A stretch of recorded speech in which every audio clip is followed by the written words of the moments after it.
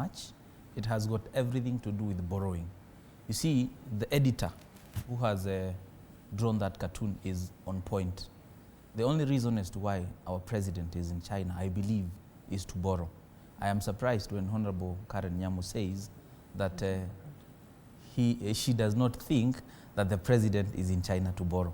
I want to inform Karen that the president is in China to borrow, and if you doubt, even if you look at the social media handles of the people who are the president handlers, they will tell you what the president is doing. It is all over the media. He has already secured some loans from the Chinese people. But the problem with this situation is that we are putting ourselves into a hole that we might not be in a position to undo. Why am I saying this? If you look at when Moi was in power, Moi left power when we had a debt of around 620 something billion, not trillion, billion. Then when Kibaki came, he left the economy with a debt of around 1.2 trillion. Then when Uhuru came, within a span of a whole 10 years, we went up to 8 point something billion.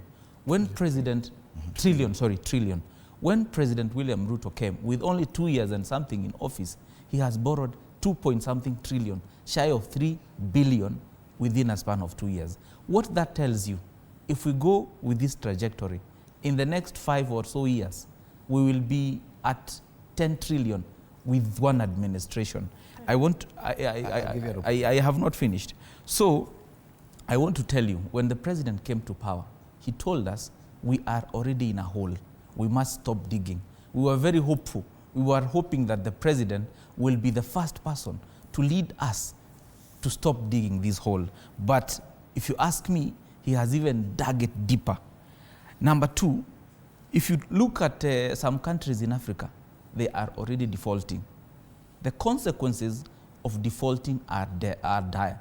Why am I saying they're dire? Because the consequences is some of the strategic national installations can even be taken, because when they're signing these loans, they are taken as collaterals. So I want to advise the president, the future is not borrowing. The future is doing 3 things. 1, let him minimize on wastage. 2, let him minimize on corruption. If you look at the travels, this government has spent the highest amount of money on travels, especially on foreign travels, then on entertainment, then on things like innovation, then on things like bribery. There were allegations that when the former deputy president was being impeached, there was a lot of exchange of money, which is taxpayers' money. So I want to advise the president, the best way out of this is to stop borrowing to come and fund recurrent expenditure.